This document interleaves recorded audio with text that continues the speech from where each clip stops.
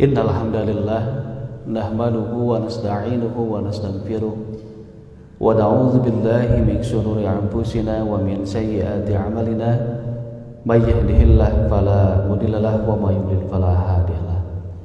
Asyhadu an la ilaha illallah wahdahu la syarika lah wa asyhadu anna Muhammadan 'abduhu wa rasuluhu alladzi la nabiyya ba'da amma ba'du. Ikhwati iman rahimakumullah, jamaah Masjid Al-Firdaus rahimakumullah.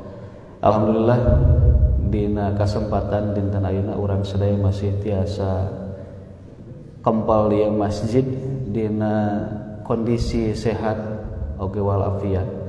Dan mudah-mudahan urang sadaya tiasa istiqomah dina jalan Allah, dina raraga ngagapai mencapai ridha Allah Subhanahu wa taala. Ikhwatul iman rahimakumullah, insyaallah dina kasempatan ayeuna urang lajengkeun hanca darasan kajian sirah nabawiyah. Insyaallah dina kasempatan ayeuna lebet kana pembahasan tahun kedua Hijriyah. Ikhwatul iman rahimakumullah, dina pembahasan sataacana parantos dibahas ngeunaan naon-naon wae peristiwa-peristiwa anu terjadi di tahun pertama Hijriyah.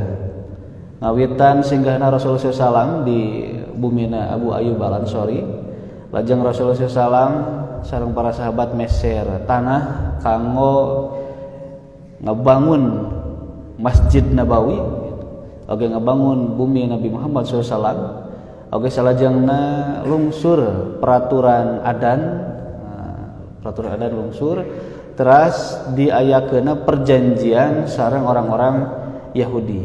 Nah, ikhwati iman rahimakumullah, di tahun kahiji lajeng di tahun kedua ternyata ikhwati iman rahimakumullah sabada Rasulullah SAW dakwah di Mekah salami 13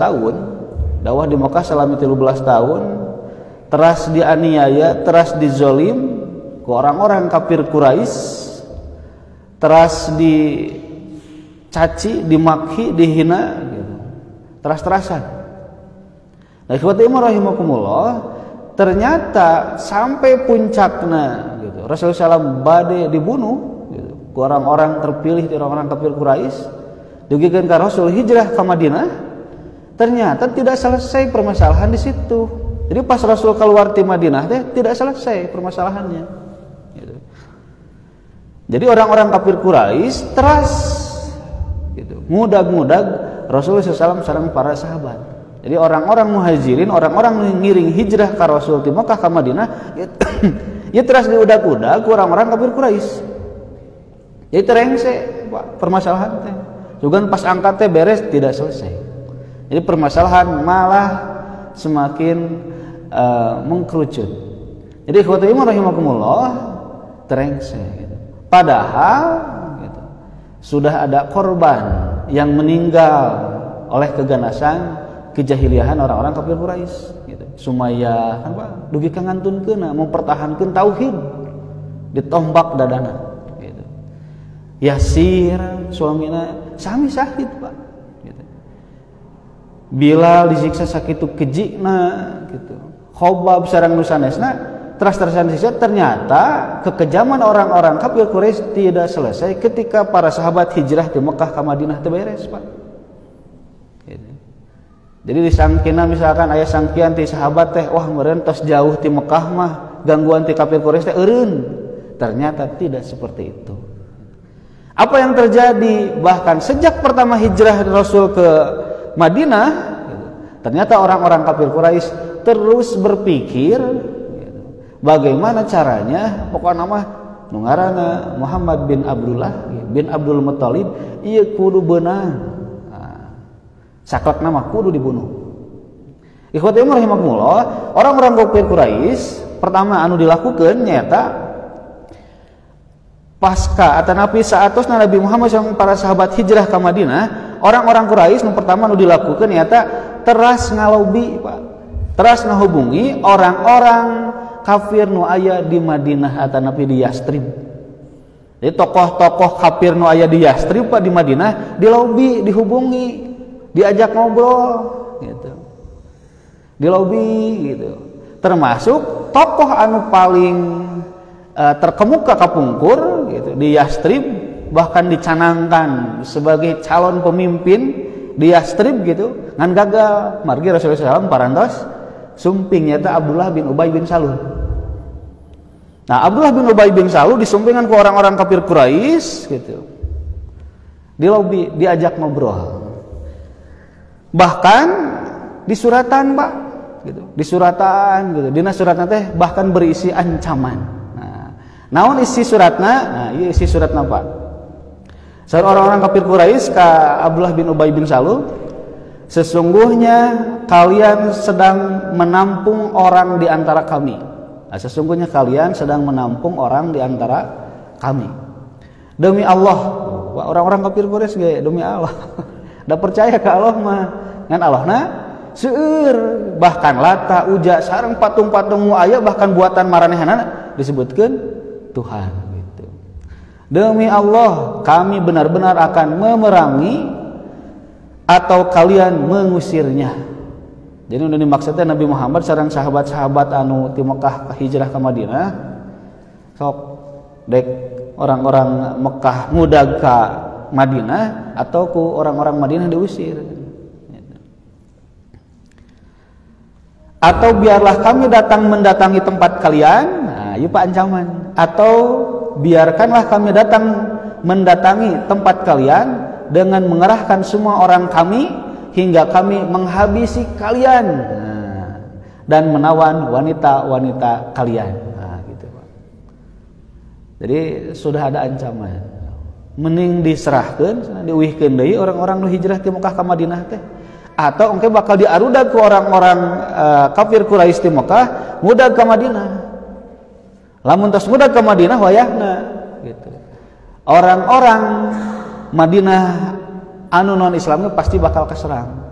Lamun orang-orang kafir Quraisy di Mekah nyerang, nah diancamna teh pemegatna bakal dibunuh, gitu. Istri-istrina ditawan.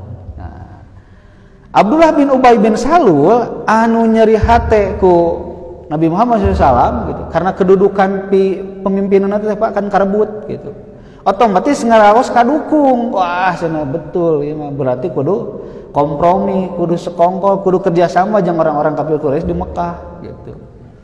Ternyata ikhwatul iman rahimakumullah, surat-surat anu dikirimkeun ti Mekah ka Madinah ka tokoh-tokoh orang kafir Quraisy itu tos ka baca ku Rasulullah SAW. Kepenak anger Pak gitu. Pas orang-orang kafir Quraisy nuju ngariung, nuju maca surat cek Rasul teh terus kapenak gitu. Terus kapenak tipu daya ti orang-orang kafir Quraisy terus kabaca gitu. Jadi ikhwati rahimakumullah teu beres permasalahan terasa kitu ngaganggu gitu. Bahkan ikhwati rahimakumullah anu kaduana orang-orang kafir Quraisy gitu saatos ngirim surat ka tokoh-tokoh kafir Madinah gitu. Terus orang-orang kafir Quraisy nelor, Pak. Langsung ieu mengirim utusan ti Mekah ka Madinah kangge nelor orang-orang Islam. Ditelor langsung, Pak. Gitu. Artinya para sahabat disumpingan ke orang-orang Mekah terus diancam. Nah, ancaman teh seperti kieu, Pak. Janganlah kalian merasa bangga terlebih dahulu karena bisa meninggalkan kami dan pergi ke Yastrib. Yastrib itu Mekah teh. Gitu. Kami akan mendatangi kalian lalu merenggut dan membenamkan tanaman kalian di halaman rumah kalian tuh, Pak, gitu. Jadi diancam, tungguan we di payun bumi lah gitu. Pengancamnya teh di kebon. Di gunung, diancam lagi di payunan bumi, artinya wah ya leuwih ti gentle ngudagna ge ka bumi, tungguan diudag titikeun ka mana oge gitu. Sampai ikhwatul iman rahimakumullah di awal tahun 1 Hijriah para sahabat teh tidak bisa tidur nyenyak. Nah, teti berapa waspada we teras. Naon da khawatir atuh, merasa cemas dengan ancaman yang terus dilontarkan oleh orang-orang kafir Quraisy.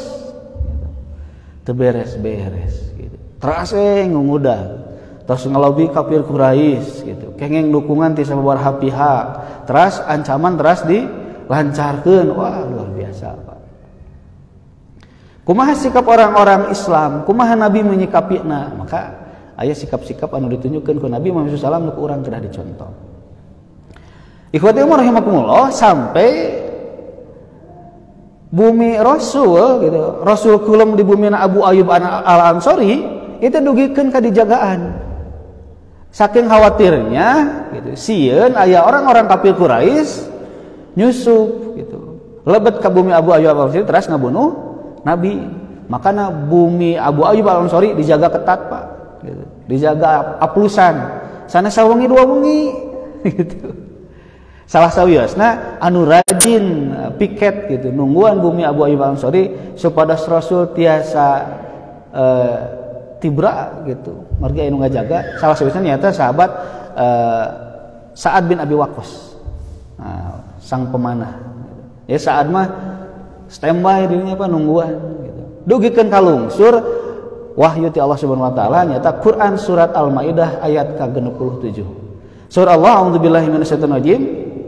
Di tengah ayatnya wallahu ya'simuka minan nas. Nah, itu Allah Pak langsung sumpingkan Nabi Muhammad SAW gitu. Surah Allah dan Allah ya'simuka, nah iya Pak, akan memelihara kamu nyata Nabi Muhammad SAW minan nas dari manusia gitu.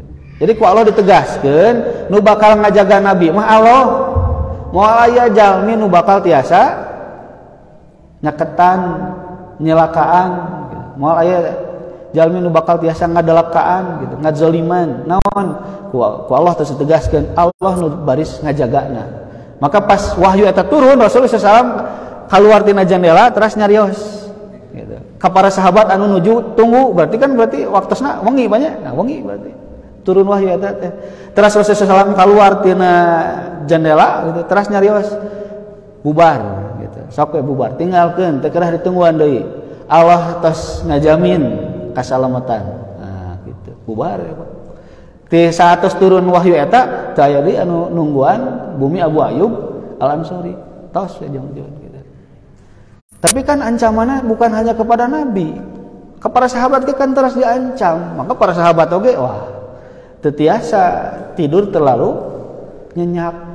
Ketiasa tibra daknya sieun atuh sieun diancam gitu. Karena orang-orang kafir Quraisy sudah terbukti kebengisannya ketika di Mekah. Di Mekah geus sakitu sadisna gitu.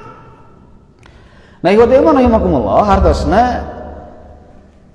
kesabaran anu dipiwaran ku Rasulullah SAW ka para sahabat apakah harus dilanjutkan gitu di Madinah atau harus melawan gitu. Dan para sahabat mah sebetulnya dari Mekah juga ini sudah mau melawan Pak gitu. Lawannya itu kumaha. Tapi ternyata Rasulullah SAW mengatakan ketika para sahabat mengusulkan untuk melawan, Rasulullah SAW bersabarlah. Izin berperang belum ada. Itu cek Rasulullah Pak. Jadi pas para sahabatnya kesel gitu. Ke orang-orang kafir Quraisy terus ngaganggu, terus ngazolim gitu, sampai melukai secara fisik, ngadu ka Rasul kumaha? Sabar, bersabarlah gitu. Tak acan aya izin kanggo melawan, kanggo berperang tak acan aya, sabar wayahna gitu. Padahal secara fisik Rasul itu sangat kokoh Pak, kuat gitu. Jagoan bahkan gitu, jago gulat Rasul teh. Tapi teu ngalawan gitu. Rasul pas dicekek Pak di sekitar Ka'bah ngalawan teu. Gitu. Rasul pas ditindihan ku kotoran unta ketika sujud teu ngalawan gitu secara fisik. Rasul pas di baledog ku kotoran unta teu ngalawan. Jadi wah luar biasa kesabaran yang ditunjukkan ku Rasulullah sallallahu alaihi wasallam gitu. Jadi teu aya. Wah sudah sabar teh cenah lain kitu. Ternyata Rasulullah nyoba nyontohna seperti itu. Ketika aya orang Arab gunung metot sorban Rasul dugikeun katapakan Pak leherna. Leher Rasul kan dugikeun katapakan saking ku tarikna betotan ti orang Arab Baduy, orang Arab gunung gitu. Pas sahabat kan amek Pak. Para sahabat amek, aduh, ieu jalmi anu dipikat cinta gitu. Dibetot dugikeun sakituna. Para sahabat amek dugikeun ka eta nu metot bade dikumaha gitu. Rasul kumaha? Wios antepkeun. Eta mah orang Baduy cenah. orang gunung maksudna naon teu apaleun gitu, teu apaleun etika, teu apaleun ieu teh nabi gitu. Biasa kadon sendiri Pak nabi teh senyum gitu, kanu metotna teh luar biasa gitu. Jadi Rasulullah SAW senantiasa bersabar gitu. Terus para sahabat gitu misalkan ada kuat, dawantun gitu, tapi ternyata Rasulullah SAW mengatakan bersabarlah karena Allah belum mengizinkan untuk berperang gitu. Aya hikmah tina izin Allah gitu, tak acan dilungsurkeun di Mekah ngeunaan ngalawan gitu, ka orang-orang kafir Quraisy. Ternyata ikhwati iman rahimakumullah, karena orang kafir Quraisy teras ngazolim kepada sahabat sareng ka Rasulullah SAW, maka Allah dina tahun kahiji ngalungsurkeun Quran surat Al-Hajj ayat ka 38. Nah, ayat ieu anu jadi titik balik bentuk kesabaran ti umat Islam. Nah, jadi kesabaranna kapungkur mah tidak melawan, ari ayeuna mah kesabaranna teh berubah menjadi perlawanan. Ngalawan Pak, tapi ngalawan eta teh bentuk tetap dari tina kesabaran. Nah, da aya etika dina ngalawan oge gitu. Jazakillah. Jadi aya etika tina ngalawan. Henteu leuwih tarik gitu. Nah, ikhwati rahimakumullah, Allah mengingatkan dalam Quran surat Al-Hajj ayat 38. A'udzu billahi minasyaitonir rajim. Udina lil ladina yuqataluna. Sekedap. Udina lil ladina yuqataluna bi annahum zalimu wa innallaha ala nasrihim laqadirun. Ikhwati rahimakumullah, Quran surat Al-Hajj ayat ke-38 ieu jadi hiji titik balik di mana Allah Subhanahu wa taala parantos ngijinan ka para sahabat, ka orang-orang Islam kangge ngalawan ka orang-orang kafir Quraisy. Nembe izin Pak gitu. Jadi 13 tahun sabar ulah ngalawan, di tahun ke-14 atau lebih di tahun ke-1 Hijriah Allah ngijinan kanggo ngalawan. Anu hartosna telah diizinkan berperang bagi orang-orang yang diperangi karena sesungguhnya mereka telah dianiaya dan sungguh Allah benar-benar maha kuasa menolong mereka itu. Nah, jelas Pak tina dalil ieu. Jadi alasan Allah ngijinan berperang teh nu pertama karena umat Islam sudah diperangi. Anu kedua karena sudah dianiaya. Hartosna upami teu aya penganiayaan, teu aya peperangan di awalna, berarti tidak boleh memerangi suatu kaum gitu. Jadi ini bentuk pembelaan, ngabela diri gitu. Ikhwati iman rahimakumullah, coba bayangkeun. Bukan hanya secara mental gitu. Anu teras ditekan kan mental mah ditekan apa ku cariosan, dihina, dicaci, dimaki gitu kan. Tapi ternyata fisik juga dizalim gitu. Khobab dugikeun ka disimpen besi panas dina punggung gitu. Bilal dugikeun ka ditindihan ku batu anu badag gitu. Sumayyah dugikeun ka ditombak, dugikeun ka ngantunkeun syahid gitu.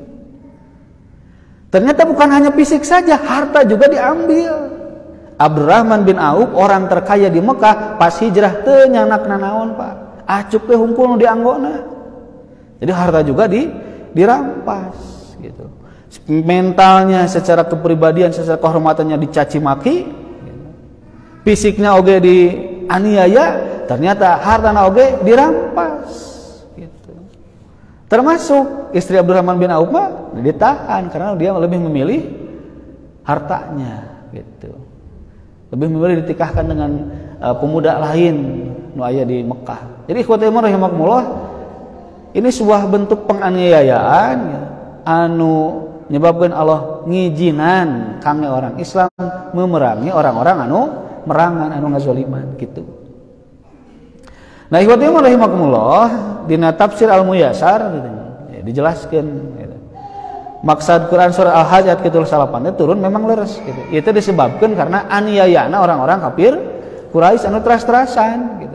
Da cobi misalkan pas Rasul hijrah we ka Madinah, orang kafir Quraisy teu ngudag beres moal aya perang gitu. Tapi qadarullah, tos takdir ti Allah. Nah, Ternyata orang kafir Quraisy tidak menyerah gitu. Maka muncullah peperangan dalam sejarah begitu. Jadi ulah sampai paradigma atau napi pemahaman mengenai peperangan ini keliru, salah Pak. Kan orang-orang barat mah kapungkur bahkan sapalih ayeuna ge nyebatkeun Islam mah cenah agama pedang gitu Pak. Agama anu disebarkeun ku pedang. Padahal tidak seperti itu.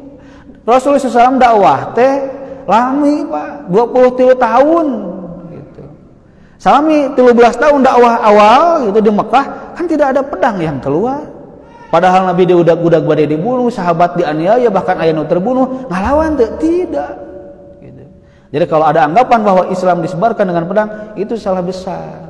Eta mah propaganda gitu. Tujuanna kangge ngawan-awan Islam gitu. Islam mengeluarkan pedang itu hanya untuk melawan gitu. Melawan kenapa? Karena sudah diserang duluan, sudah dianiaya gitu. Bahkan etika di dalam melawan pun ya etikana Pak gitu. Tempat ibadah tekengeng diruksak gitu. Pohon-pohon tidak boleh diruksak gitu. Perempuan anu teu ngiring perang, isana perempuan tidak boleh diperangi, anak-anak tidak boleh diperangi. Para jompo-jompo isana anu teu ngiring berperang tidak boleh diperangi gitu. Bahkan aya etika terhadap tawanan angke dimulai di tahun kedua ya aya tawanan dina Islam. Ikhwati rahimakumullah, tawanan-tawanan ge aya etika angke kudu dikumahakeun. Rasulullah SAW musyawarah sareng para sahabat ieu kumahakeun ya. Engke Abu Bakar ngutarakeun pendapatna, Umar ngutarakeun pendapatna gitu. Jadi ikhwati rahimakumullah, tetap aya batasan dina Islam ngalawan, dina Islam merangan, tetap aya batasan. Nah ikhwati rahimakumullah, salajengna pergi ka uninga salami Rasulullah SAW ti tahun ka hiji gitu, mulai di akhir aya peperangan ge sakali gitu. Dugikeun ka ngantunkeunna aya sababaraha peperangan seueur pisan Pak gitu. Ternyata di antara peperangan nu aya di zaman Nabi gitu, pas Nabi aya gitu, aya perang anu namina teh Sariyah, aya Ghazwah. Perang Sariyah mah Nabi mengutus gitu. Jadi Nabi tengiring tapi ngutus. Aya Ghazwah Nabi langsung memimpin perang gitu. Sabaraha perang anu di alaman ku Nabi. Nah, Nabi langsung terjun perang ieu saseueur 47 kali. Nah, langsung turun terjun Pak gitu. Tapi ulah dibayangkan 47 pertempuran tidak, karena tidak setiap peperangan itu terjadi pertempuran gitu. Kenapa tetap Pak sata acan pukpek teh aya negosiasi. Da tetap tujuan mah sanes kanggo mu puas maneh, sanes bade ngancurkeun jalmi sanes. Tujuan mah anger dakwah gitu. Aya negosiasi heula. Kalau bisa dihindari peperangan. Kalau bisa berdamai. Seperti perjanjian misalkan di Hudaibiyah kan terus bade payun-payun, tapi ternyata beres ke perjanjian gitu. Jadi tidak semua peperangan yang terjadi itu terjadi pertempuran, tidak gitu. Jadi Nabi terjun langsung seseueur 47 kali, terus Nabi mengutus peperangan itu seseueur 27 kali. Nah, berarti dalam kirang langkung dina waktu 10 tahun Pak, wah subhanallah eta peperangan. Sakitu seueurna gitu. Aya nu langsung pertempuran secara fisik, aya oge nu memang tidak terjadi perjanjian. Aya oge pas Nabi kadinya teu aya musuhna. Umat Islam teh siap, musuhna terus kabur gitu. Nah, ikhwati rahimakumullah, peperangan pertama gitu. Ieu perang Sariyah. Jadi Rasul ngutus turun langsung. Nah, saha nu diutus? Nyaeta para sahabat. Setiap utusan yang diutus oleh Rasul pasti kedah aya pemimpinna. Nah, gitu Pak. Jadi Rasulullah mau ngutus langsung nunjuk saha amirna, saha ketuana, gitu, saha pemimpinna, tak kedah gitu. Jadi mun bade sapar-saparan, bade ka mana angkat-angkatan wayahna, tunjuk oge, pilih oge saha ketuana, saha amir saparna gitu. Ulah tetelenjangan masing-masing ge beda jalan, mogok riweuh salarea gitu. Ditunjuk langsung. Peperangan pertama Rasulullah SAW menunjuk ka emangna nyata Hamzah bin Abdul Muthalib. Nunjuk Hamzah radhiyallahu anhu. Nah, gitu.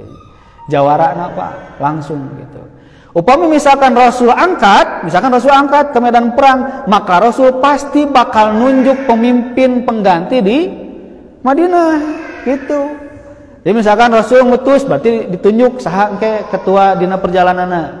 Lamun Rasul nu angkat, Rasul angkat berarti di Madinah kan kosong banyak teu aya saha, di Madinah ge tetep kudu aya pemimpin pengganti dah gitu.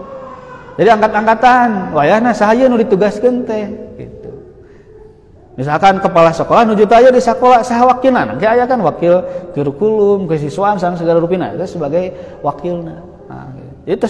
Terus puguh gitu kumaha teh alurna, ulah sampai ke misalkan ieu aya nugah, kumaha da teu aya cenah nuju angkat Pak Kadesna ge teu dilayani, teu tiasa kitu. Kan aya sekdesna, kan aya nusanesna gitu. Berlaku gitu pangke aya atas nama, kan aya stempel sah wae. Harusnya birokrasi seperti itu terus aya di zaman Nabi ge gitu. Nah, ikhwatul rahimakumullah, peperangan pertama ia dipimpin ku Hamzah bin Abdul Muthalib. Nabi teu ngiring dina waktu harita gitu. Diutus Hamzah bin Abdul Muthalib sareng para sahabat kangge ngudag orang-orang kafir Quraisy nu nembe uih ti Sam beres dagang gitu, Pak. Jadi aya orang-orang kafir Quraisy dagang ka Sam, uihkeun diudag gitu. Naon maksudna? Kangge ngarampas deui harta umat Islam nu tos dirampas. Kan umat Islam teh hari hijrah ka Madinah teh teu seueur anu teu nyakna naon, Pak. Gitu. Kan ngaranna oge wah harta tos sep-sepan dirampas gitu. Dipaok. Nah, ayeuna tujuanna kanggo nyanak deui gitu. Engke bentukna teh sebagai ghanimah. Engke aya aturan dina Islam kumaha ya ghanimah gitu. Harta rampasan perang, kumaha cara pembagianna gitu. Ternyata pas Hamzah angkat ka jalur dagangna teu aya. Terjadi, Pak, harusnya tidak terjadi pertempuran gitu. Gagal berarti misina.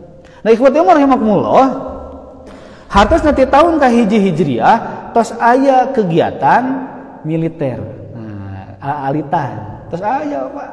Salah sawiosna Rasulullah SAW sok mengutus gitu, bahkan menjadwalkan sahabat-sahabat yang harus kontrol gitu atau napi kedah ninggal jalur perdagangan ti Madinah ka Syam atau napi ti jalur Mekah Madinah Syam ieu kedah dikontrol. Kedah apal jalur Pak. Diutus gitu. Kamu mengintai, kamu menyelidiki. Berarti ieu namina naon? Mata-mata. Terus aya Pak. Jadi dina militer pasti kedah aya mata-mata. Kedah aya Badan Intelijen Negara gitu. Kudu aya intel mah wayahna kudu smart, kudu cerdas gitu. Jadi Rasulullah SAW mengutus para sahabat apalkeun jalur, apalkeun wilayah, engke lamun urang ke Cina kondisi perang kudu ka mana. Jadi kan lamun misalkan urang perang Pak di hiji wilayah, di hiji tempat, urang teh kedah apal heula situasi kondisi di tempat eta. Kanggo naon? Kanggo ngatur strategi. Kenapa? Karena situasi kondisi tempat itu mendukung kemenangan. Nah, seperti misalkan peperangan di Uhud. Yang menduduki gunung dengan pemanah itu menang. Gitu. Seperti di Badar sami Pak. Situasi kondisi itu menentukan. Kan seueur sumur di Badar teh gitu. Jadi saha kelompok anu caket sumur kan raos aya cai. Kelompok anu taya sumur riweuh Pak gitu. Karena tidak ada cai. Nah, ya. Jadi mata-mata anu diutus ku Nabi kanggo ngapalkeun jalur perdagangan Mekah Madinah Syam ya disebutna mata-mata. Terus aya Pak, wah diutus gitu, nyatet gitu. Yang kedua, selain Rasulullah SAW mengutus para sahabat secara bergiliran bergantian kanggo ngapalkeun jalur, anu kadua, Rasulullah SAW mengadakan perjanjian kerjasama dengan kabilah-kabilah nu aya dina rute dagang, Pak. Kan rute dagang teh Mekah, Madinah, Syam banyak. Nah, ku Rasul teh piwarang apalkeun tah jalur-jalur eta teh, apalkeun nu kadua, kabilah-kabilah nu aya dina jalur eta sok obrolan, adakan kerjasama gitu. Jadi lamun aya nu ngalangkung orang kafir Quraisy angkat wartosan gitu. Nanti akan seperti itu, Pak. Dan ternyata orang-orang kafir Quraisy juga sama, gaduh mata-mata, Pak. Gitu. Bahkan lamun kapilah atau napi kelompok dagang ageng mah ya aya SOP-na, Pak. Standar operasional pelaksanaan nanti aya, Pak. Gitu. Jadi lamun misalkan bade dagang, Pak, teu tiasa jo angkat teu tiasa kitu. kedah aya heula anu muka jalan. Nu muka jalan teh nu kumaha? Nu angkat ti payun kanggo ngaamankeun jalur gitu.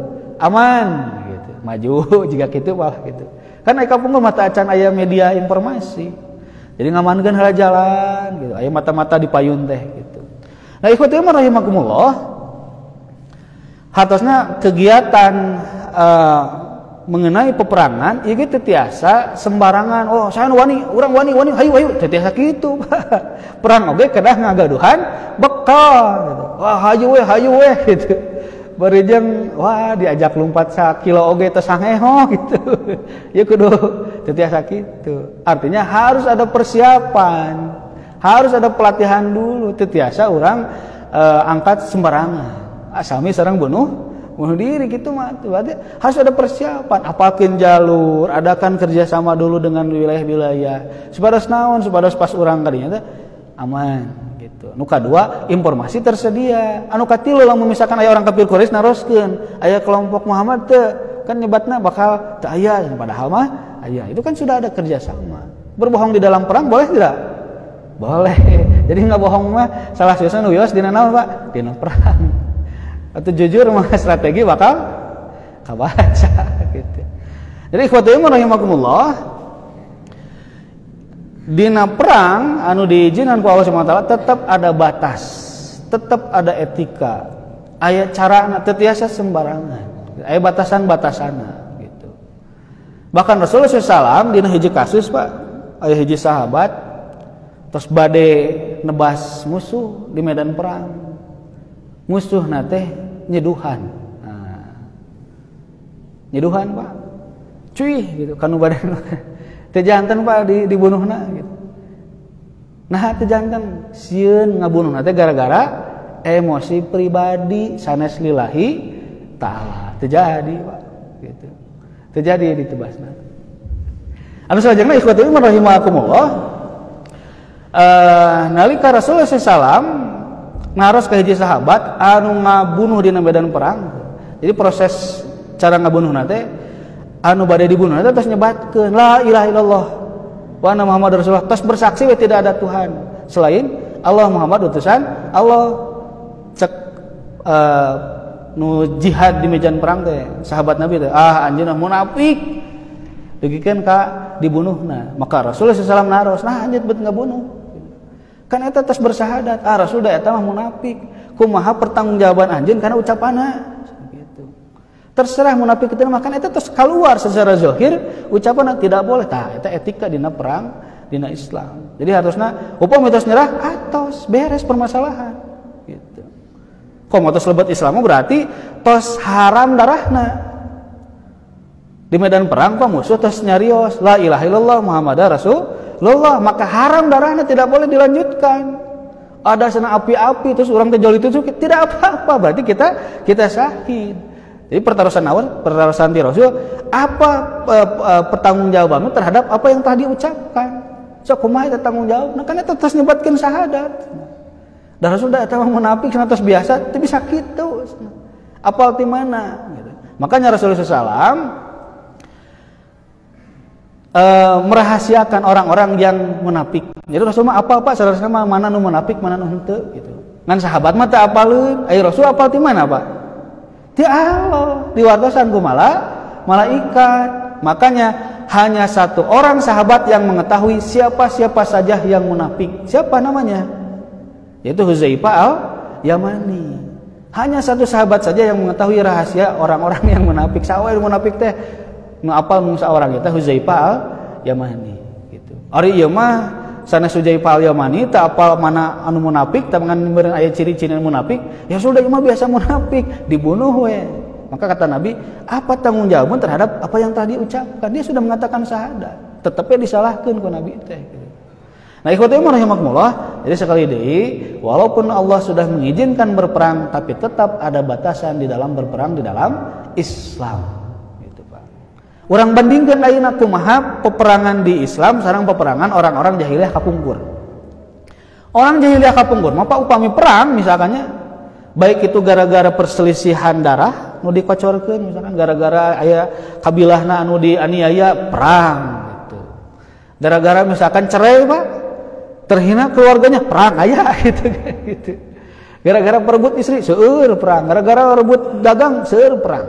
Kapungkur, upami misalkan terjadi peperangan seperti itu, biasanya mah tidak melihat situasi kondisi. Pokoknya mah bantai habis. Gitu. Lamun misalkan aya nu lemahna, pasti bakal dijadikan tawanan perang. Eta tawanan perang bakal dikumaha? Pasti saha bebasna dikumaha we. Anu kaseseureuna mah dijadikeun budak atanapi dijadikeun hamba sahaya. Kangge naon? Diical. Angre dibisniskeun Pak gitu. Kengeng misalkan orang-orang kafir Quraisy ditawan, nanti dijual dari pasar ke pasar. Karena ada pasar orang Pak gitu. Wah, kabayang di pasar Pak dengan aya icalan jalan gitu. Jadi kapungkur mah umpami aya tawanan perang diical. Nangke di Islam kumaha terhadap tawanan perang. Ternyata Rasulullah SAW saat diskusi sang para sahabat sareng Abu Bakar sareng Umar gitu. Aya etika, aya perlakuan terhadap tawanan. Nu pertama, lamun misalkan tawanan eta teh beunghar kudu ditebus. Nah, gitu. Kudu ditebus eta hartana ge kanggo naon Pak? Harta tebusannya itu dikembalikan kepada umat Islam ke Baitul Mal. Ditebus.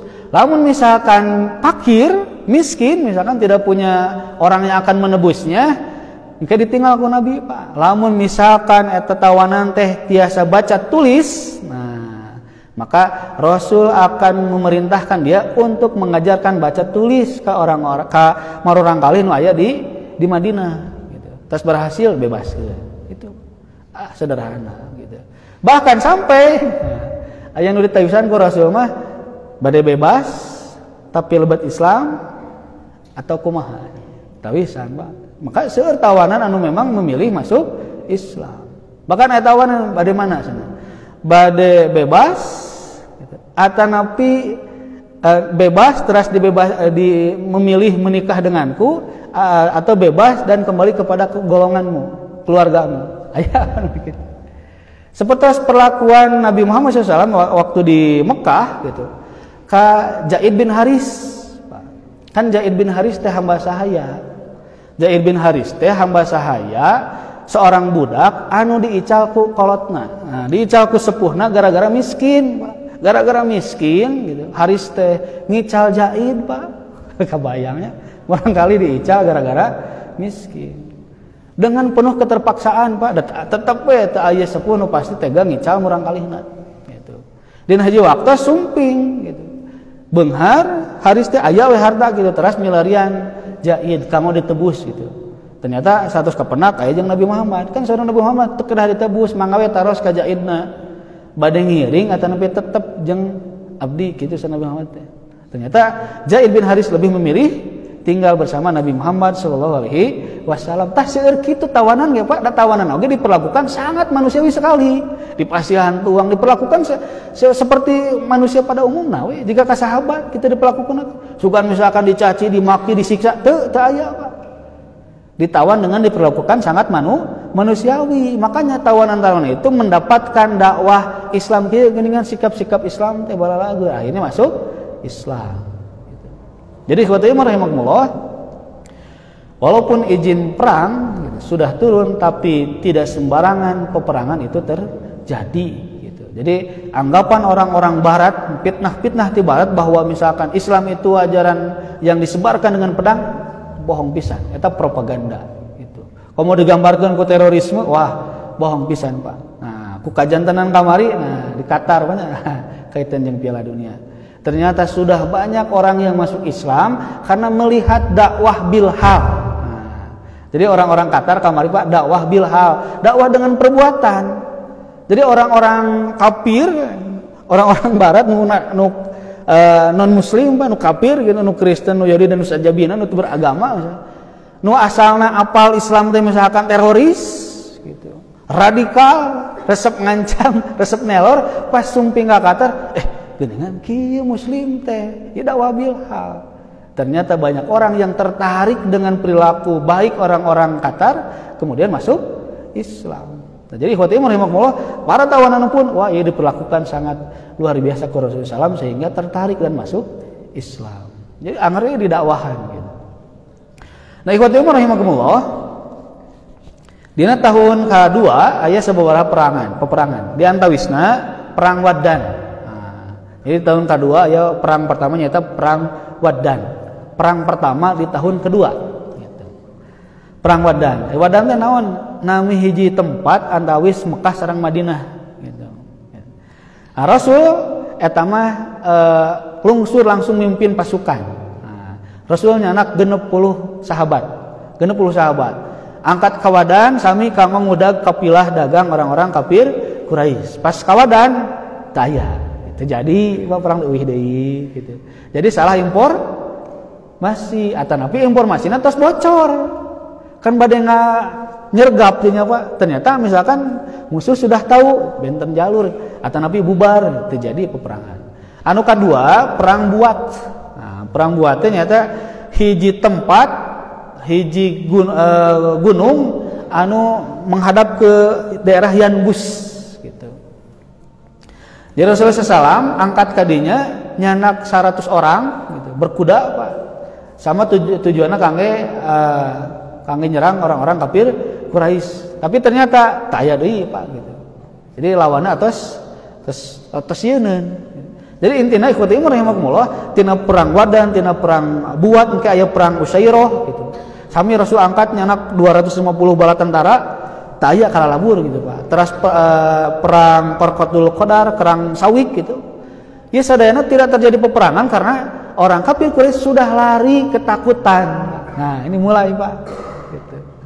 Jadi dengan adanya izin itu akhirnya orang-orang kafir Quraisy tidak bisa semena-mena terhadap umat Islam. Tuantuneun ayeuna mah karena Islam sudah menunjukkan kewenangannya, Islam sudah menunjukkan kekuatannya, Islam sudah menunjukkan kehormatannya. Nah, ikhwati rahimakumullah, lajeng perang anu terjadi dina perang tahun kedua anu terjadi sampai pertempuran itu hanya dua. Nu pertama perang Badar, perang Badar besar, perang Badar kubro. Anu kedua perang Banu Qainuqa. Nah, ini mah terjadi pertempuran. Upami perang Banu Qainuqa mah peperangan sareng orang-orang Banu Qainuqa. Banu Qainuqa teh orang-orang Yahudi. Kan Yahudi nu aya di Madinah teh seueur Pak, aya Qainuqa gitu. Salah sawiosna. Ieu melanggar perjanjian dengan Nabi Muhammad SAW. Kan terus ada perjanjian tadi tahun kahiji teh bahwa orang Yahudi tidak akan mengganggu umat Islam tidak akan mengganggu Yahudi. Di tahun kedua melanggar perjanjian gitu. Bahkan berencana membunuh Nabi. Maka sudah gagal perjanjian, maka ku Nabi dikepung Pak. Orang-orang Bani Qainuqa dikepung wilayahna selama 15 hari. 15 hari Pak dikepung. Tetiasa ke mana? Mana artinya? Beas GCE Pak, lamun di Pangalengan mah bahan makanan habis, tungtungna kumaha? Akhirnya mereka menyerah. Tuh Pak. Lamun misalkan umat Islam kapungkur Pak langsung nyerang ke Bani Qainuqa, da kengeng atuh. Tapi ternyata Rasulullah SAW tidak seperti itu. Da tujuan ge sanes kangge mau puas maneh, sanes kangge ngabunuh jalmi sanes. Tujuanna mah anggar we dakwah kemanusiaan tetap. Maka peperangan secara fisik mah dihindari. Negosiasi pikirkan we cara anu lain supaya musuh bisa kalah begitu. Salah satunya begitu dikepung gitu, akhirnya menyerah gitu. Kemudian mereka diusir dari Madinah gitu. Silakan harta nu kacanak, tapi nu salebihna tidak boleh. Anu selanjutnya perang Badar Pak. Nah, ieu perang anu luar biasa, dahsyat, perang pembuka pertama Pak. Jadi perang pertama secara fisik anu dahsyat luar biasa sareng diabadikeun dugikeun ka urang sadaya dina tahun ayeuna tos 14 abad urang tiasa kenal keneh kana perang Badar gitu. Badar. Nah disebutkeun Badar, nah perang teh perang ngalawan Badar sanes Pak. Jadi nama-nama peperangan itu bisa diambil dari nama tempat. Nah, jadi Badar mah nama sebuah tempat. Jadi di Badar teh aya beberapa sumur anu digali dibuat oleh orang yang bernama Badar gitu. Jadi asal mula nama Badar teh orang yang menggali sumur di wilayah itu bernama Badar, disebutkan sumur Badar. Makanya di wilayah itu teh gunungnya disebut Gunung Badar, Bukit Badar. Wilayah Badar disebutkan teh karena gara-gara itu. Tapi Allah dina Al-Qur'an nyebatkeunna bukan Badar, tapi Al-Furqan. Nah, pembeda gitu. Karena dina perang Badar katinggal mana anu batil, mana anu hak. Jadi aya dina Al-Qur'an. Nah, ikhwati umar rahimakumullah, perang Badar perang anu sangat luar biasa. Dahsyat, margi ikhwati umar rahimakumullah, janten kieu asal mulana teh. Asal mulana perang Badar, jadi mata-mata Rasulullah SAW kenging informasi bahwa Abu Sufyan gitu, nyana kapilah dagang gitu, dagang ka Syam, ti Mekah ka Syam gitu. Nyanak dagangan anu teu biasa gitu. Nyanak 1000 onta, pendapat nu paling banyak nyanak 1000 onta gitu. Pinuh ku barang dagangan. Daganganna teh seueur pisan gitu. Jadi setiap onta itu membawa barang dagangan gitu, Pak. Naon daganganna nya lamun ti Mekah mah rupi-rupi, aya wangi-wangian, batu-batu, Pak, kemenyan terus gitu, itu dijual jadi parfum. 1000 onta sementawis anu ngajagana 70 orang. Jadi nu nganterkeun teh mung 70 orang termasuk sareng Abu Sufyan gitu. Artinya ieu peluang besar kangge umat Islam nyanak deui barang-barangna anu tos dirampas ku orang kafir Quraisy. Ayeuna Rasulullah SAW satos kenging informasi bahwa Abu Sufyan nyanak barang dagangan anu seueur tapi dijaga ku sagedikan. Ayeuna Rasulullah SAW nyanak sahabat anu siap perang ka Badar. Ternyata sahabat yang terkumpul itu ada 313 orang. Berarti jeung Rasul janten seberapa? 314. Secara hitungan 313 ngelawan 70 seueur mana, Pak? 313. Rasul sareng para sahabat yang optimis we, pasti bakal kengeng cenah. Wah, pasti bakal seueur harta rampasan perang. Ya harta tiasa diuihkeun deui ka orang-orang Islam nu dirampas hartana di Mekah gitu. Saat Rasul angkat ke Badar, ternyata Abu Sufyan ge bukan orang yang pertama dagang, Pak, tos sering dagang teh, tos biasa. Dan Abu Sufyan juga punya mata-mata. Kabaca we usaha Rasulullah SAW sang para sahabat bade angkat ka Badar, bade nyegat, kabaca ku Abu Sufyan. Wah, Abu Sufyan reuwas, Pak. Wah, bahaya. Muhammad dek nyegat. Dek ngarampas barang dagangan, bahaya gitu. Nah, ikhwati rahimakumullah, Rasul angkat ke Badar, ternyata ini hanya membawa 100 ekor unta dan 2 kuda. Jadi kabayang ikhwati rahimakumullah, ternyata 2 kuda itu teh Rasul naik kuda nanti bergantian sekali ewang, Pak. Walaupun Rasul itu pemimpin, anggarnya sekali ewang naik kuda nanti. Wah, luar biasa. Kuda teh aya 2, Pak, tapi ternyata Rasul bergantian kangge naik kuda gantosan gitu, kadang alin nu naikna Rasul berarti teu naik kuda gitu. Wah, luar biasa. Mun kan mung 100 ekor unta sareng 2 kuda. Dina unta kan biasa 2an. Berarti 200 orangan misalkan. Ayeuna dina kuda mah mungkin Pak 5an, bisa dina motor biasa 5an, dina kuda 5an kumaha gitu. Nah, ikhwati rahimakumullah, jadi wah, luar biasa dahsyatnya Rasulullah SAW akhlak ketika berperang. Nah, ikhwati rahimakumullah, Rasul angkat ke Badar, ternyata di Badar Abu Sufyan apal gitu karena informasi eta. Ya, anu menarik, Pak, ti Abu Sufyan. Jadi Abu Sufyan pas apal Nabi Muhammad SAW nyanak pasukan sakitu seueurna kanggo nyegat barang, Abu Sufyan itu orang yang cerdas, Pak. Jika Abu Jahal itu cerdas, Pak. Abu Jahal kan disebutnya dia Abu Hakam, masih muda tapi disungkeun pendapat. Memang cerdas. Termasuk Abu Sufyan. Abu Sufyan ini termasuk orang yang cerdas. Pas apa bade dicegat ku Nabi Muhammad SAW para sahabat, Abu Sufyan langsung milarian jalmi, teras dibayar gitu, 20 mitkal kangge masihan informasi ka Mekah. Anu dikengengkeun teh nyata namina Damdam bin Umar Al-Ghifari. Jadi aya hiji pameget Damdam gitu, disewa ku Abu Sufyan kangge masihkeun informasi bahwa kapilah dagang Abu Sufyan bade dicegat ke orang kafir, bade dicegat ku Nabi Muhammad SAW gitu. Jadi kedah kaweningan ku ikhwati sadaya, 1000 onta yang dibawa oleh Abu Sufyan itu bukan milik Abu Sufyan semua, bukan. Jadi biasa dagangna orang-orang Mekah mah lamun misalkan kira-kira pirugeun dina ongkos dititipkeun dagangan teh. Misalkan ongkos ka Badar teh kan perjalanan teh 1 bulan. Ongkos misalkan etang misalkan 10 juta, ari dagangan ngomong gaduh 8 juta. Aduh, saya ku ongkos gitu. Maka dagangannya pasti dititipkan kepada orang yang akan dagang ke sana. Nah, Abu Sufyan teh seueur nyanak barang dagangan orang-orang Mekah gitu. Ya orang-orang Mekah teh naritip ka Abu Sufyan, nah da percaya ka Abu Sufyan mah jago dina dagangna gitu. Orang cerdas, berhasil wae dina dagangna, maka percaya.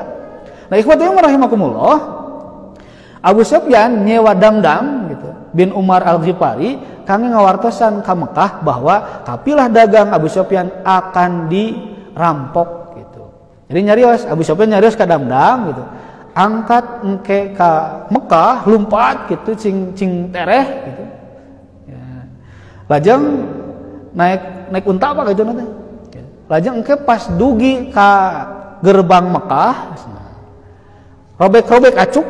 Nah, jadi engke Damdam teh dipiwarang kamu ngarobek acukna. Nah, sobekeun cenah acuk teh. Terus ontana bunuh. Darah anu kaluar tina onta oles-oles dina sekujur badan gitu. Saur Damdam teh. Saur Abu Sufyan teh. Teras Damdam dipiwarang ku Nabi Muhammad ku Abu Sufyan kangge lebet ka Mekah, teras kangge jejerowokan. Cilaka. Kapilah dagang Abu Sufyan tos dirampas ku Muhammad. Dicanak sadaya gitu, Pak. Jadi Damdam utusan Abu Sufyan diutus ka Mekah kangge ngawartosan bahwa kapilah dagang Abu Sufyan atos dirampok gitu, tos dicandak, tos direbut gitu. Padahal atas tacan, Pak. Tacan Nabi Muhammad menuju perjalanan kita bisa bantus mutus. Akhirnya Damdam sumping ke Mekah, di Mekah jajarokan. Cilaka dina kondisi acuk tos rawek, Pak. Cara rawek pinuh ku darah padahal mah darah onta gitu. Cilaka otomatis orang Mekah bakal kumaha, Pak?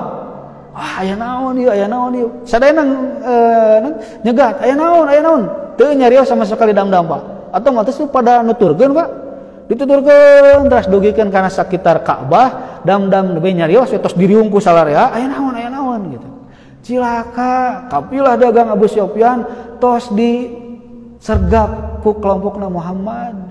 Tos direbut barang daganganna. Otomatis kumaha eta orang-orang Mekah?